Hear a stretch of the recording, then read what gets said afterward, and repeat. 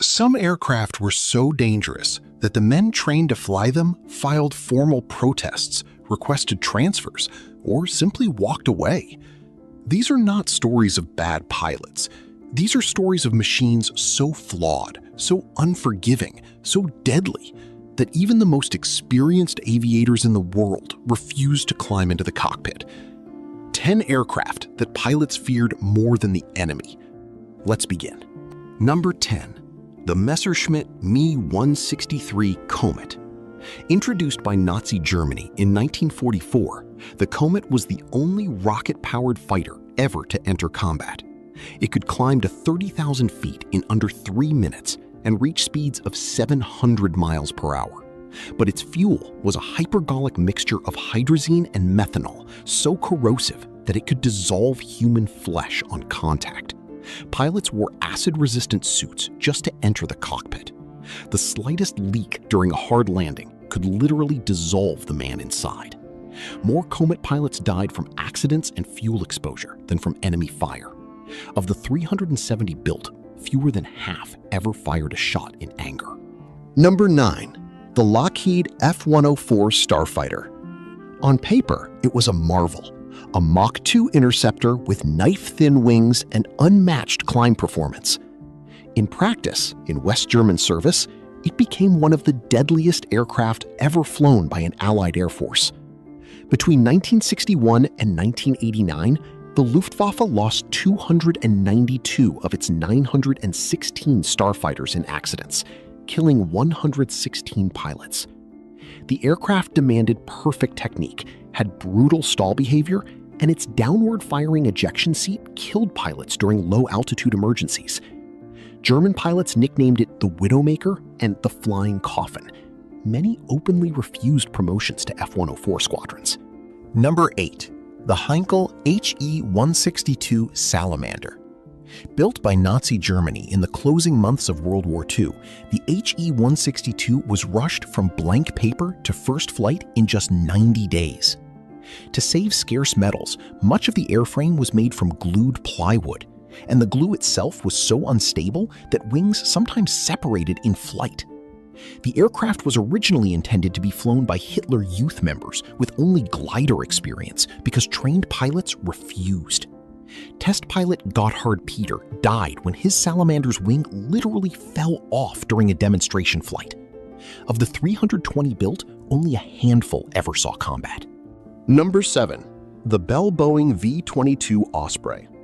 The world's first operational tilt-rotor, the Osprey was designed to combine the speed of a turboprop with the vertical landing capability of a helicopter.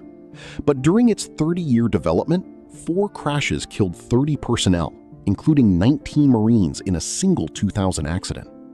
Its complex transition mode, vortex ring state vulnerability, and gearbox failures earned it a reputation so bad that some Marine and Air Force pilots reportedly requested reassignment rather than fly it. Even today, the Osprey is grounded multiple times per year for safety reviews. Number 6. The BAC TSR-2. Although it never reached operational service, the British TSR-2 of the 1960s tells a different kind of refusal story. Test pilots flying its early prototypes reported terrifying hydraulic failures, undercarriage collapses, and fuel system fires that broke out during taxiing. Roland Beaumont, the chief test pilot, later said the program suffered some of the worst systems reliability he had ever seen. Several backup test pilots quietly declined to fly it before the program was canceled in 1965, and every prototype was ordered destroyed. Number 5. The Mikoyan MiG-23 Flogger. The Soviet Union's first variable geometry fighter looked menacing, but in practice, it was a nightmare to fly. Its Tumansky R-29 engine was prone to compressor stalls. Its high aspect ratio wing design caused brutal handling at low speed. Worst of all, the K3 ejection seat failed so frequently in early variants that Soviet pilots reportedly refused certain altitude regimes entirely. Multiple Warsaw Pact air forces lost more MiG-23s in accidents than any other Cold War type. Eastern Bloc pilots transferring from the more forgiving MiG-21 sometimes formally protested their reassignment. Number 4. The Yakovlev Yak-38 Forger. The Soviet Union's only operational vertical takeoff fighter, the Yak-38 was supposed to give Soviet carriers a fixed-wing strike capability. Instead, it had 3 separate engines that all had to work in perfect synchronization during takeoff and landing, and they often did not. The aircraft had no manual override on its automatic ejection system, meaning the seat sometimes fired itself with no warning. Pilots reportedly avoided sitting in cockpit alert duty for fear of involuntary ejection. The Yak-38 had the worst safety record of any Soviet naval aircraft and was retired after just 13 years. Number 3.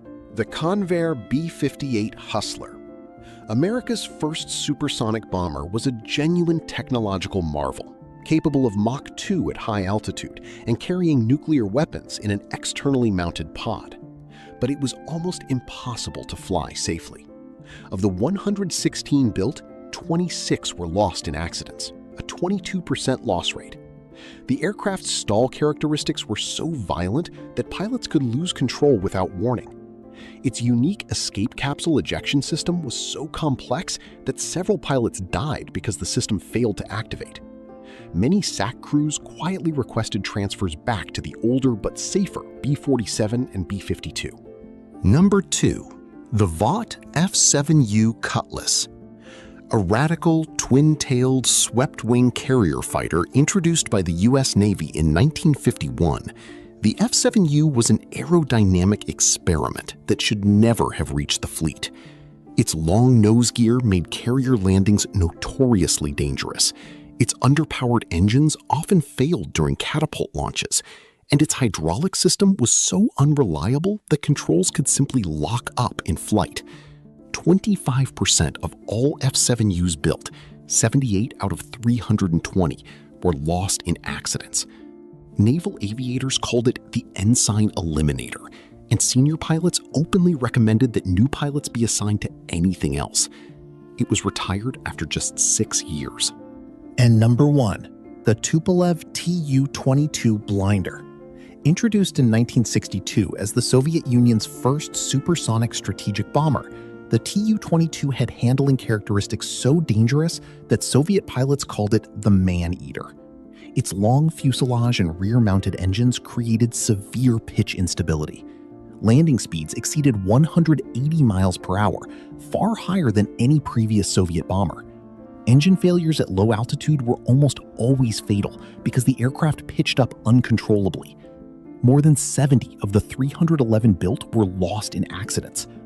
By the late 1960s, multiple Soviet bomber regiments reported pilots refusing flight assignments, some accepting demotion rather than continue flying it. The Tu-22 had killed so many crews by the time of its retirement that it remains one of the most feared production aircraft in aviation history. 10 aircraft so flawed, so deadly, that the pilots who knew them best refused to fly them. If you want more aviation stories the official history books leave out, click the next video and subscribe. We drop a new aviation documentary every single day.